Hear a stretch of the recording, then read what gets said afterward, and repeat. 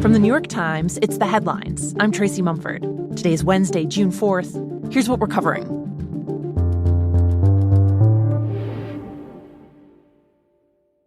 Caroline, how mad do you think President Trump is going to be when he finds out that Elon Musk said this massive, outrageous, pork-filled congressional spending bill is a disgusting abomination? Shame on those who voted for it. Elon Musk is no longer trying to present a united front with the White House. On social media, he lashed out again at President Trump's signature domestic policy bill, just as Trump's been trying to keep the divisive bill on track. Look, the president already knows where Elon Musk stood on this bill. It doesn't change the president's opinion. This is one big, beautiful bill. And while Trump's publicly urging Republican senators to get the bill to his desk by the 4th of July, Musk has been railing against it. He posted on social media that it will, quote, massively increase the already gigantic budget deficit, the deficit he was personally focused on reducing with the Department of Government Efficiency. Musk also wrote that in November next year, quote, we fire all politicians who betrayed the American people, suggesting that in the midterms, he could put his resources into trying to unseat congressional Republicans who back the bill. Are you concerned that he could help tank this bill and whip members against it? Did they listen to him or they listen to you? Well, my hope is... In the Senate, Majority Leader John Thune faced questions about whether Musk, the world's richest man, has enough influence with lawmakers to sink the whole thing. Late last year, Musk managed to torpedo a bipartisan spending bill using similar threats.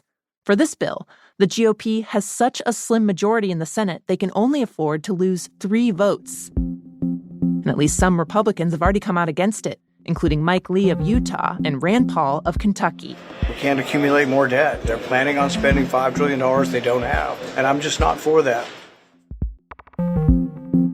Meanwhile, in the House, where Republicans already pushed the bill through, some now have regrets. Representative Marjorie Taylor Greene of Georgia said that because lawmakers didn't get the full text until right before the vote, she missed the fact that the bill blocks states from regulating artificial intelligence for a decade. But I find it so problematic that I'm willing to come forward and admit that those are 2 pages that I didn't read, because I never want to see a situation where state rights are stripped away. Also, Representative Mike Flood of Nebraska said he didn't know that the bill limits judges' powers to hold people in contempt for violating court orders. Republicans tucked that provision in as they've moved to curb the power of the federal courts. Flood said he would not have voted for the measure if he'd realized. Both Greene and Flood have urged Senate Republicans to strike out the provisions they overlooked.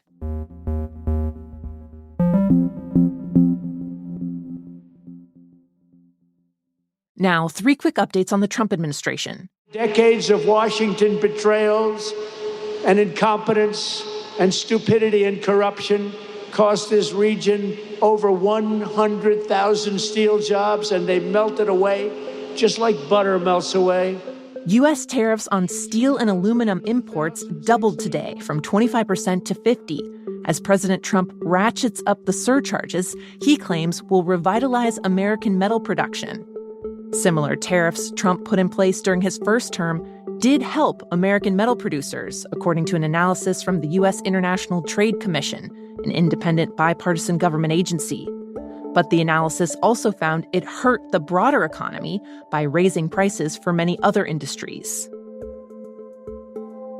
Also, the administration announced that it's rescinded a federal policy that required hospitals to provide emergency abortions to women whose health is at risk.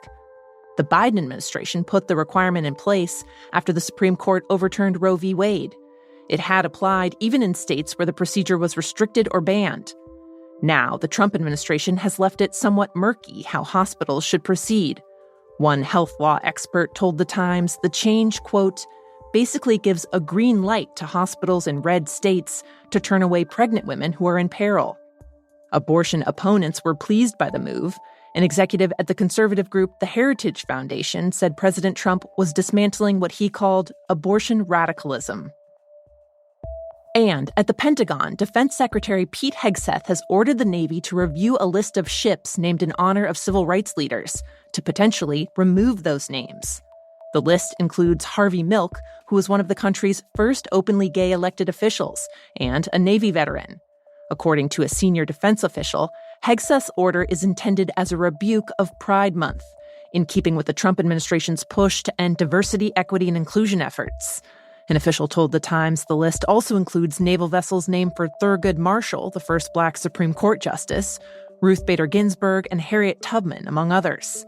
The Pentagon said in a statement yesterday that Hegseth is committed to ensuring that all names are, quote, reflective of the commander-in-chief's priorities, our nation's history, and the warrior ethos.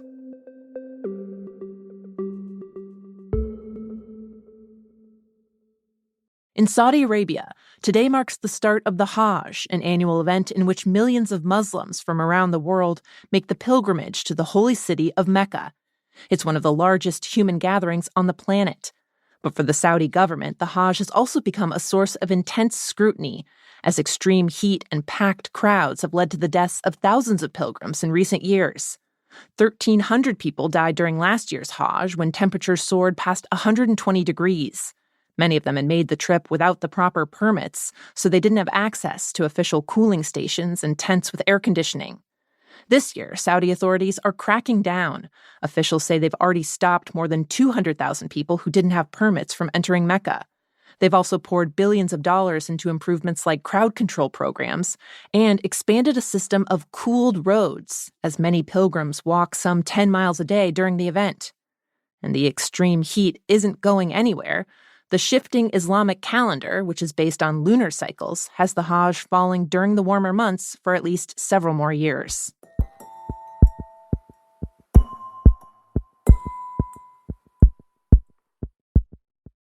And finally, smoke from Canadian wildfires blanketed parts of the upper Midwest yesterday, triggering air quality alerts, and parts of the East Coast may be at risk today. Down along the Gulf Coast, people are also on the lookout for hazy skies, but for a very different reason.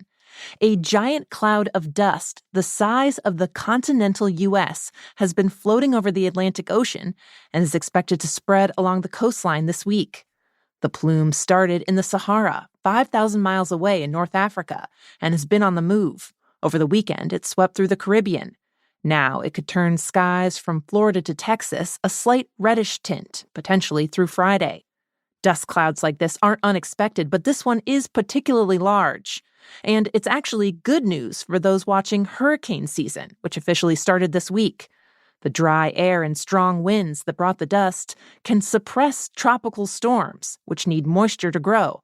So there's an ongoing battle, essentially, between storms trying to form and the dust layer overpowering them. The whole thing's one of the great wonders of the weather world. One meteorologist told The Times it's as if Mother Nature set up a Saharan dust factory right next to the hurricane nursery. Those are the headlines. Today on The Daily, the inside story of Operation Spider's Web, Ukraine's audacious sneak attack on Russian warplanes. That's next in the New York Times audio app, or you can listen wherever you get your podcasts. I'm Tracy Mumford. We'll be back tomorrow.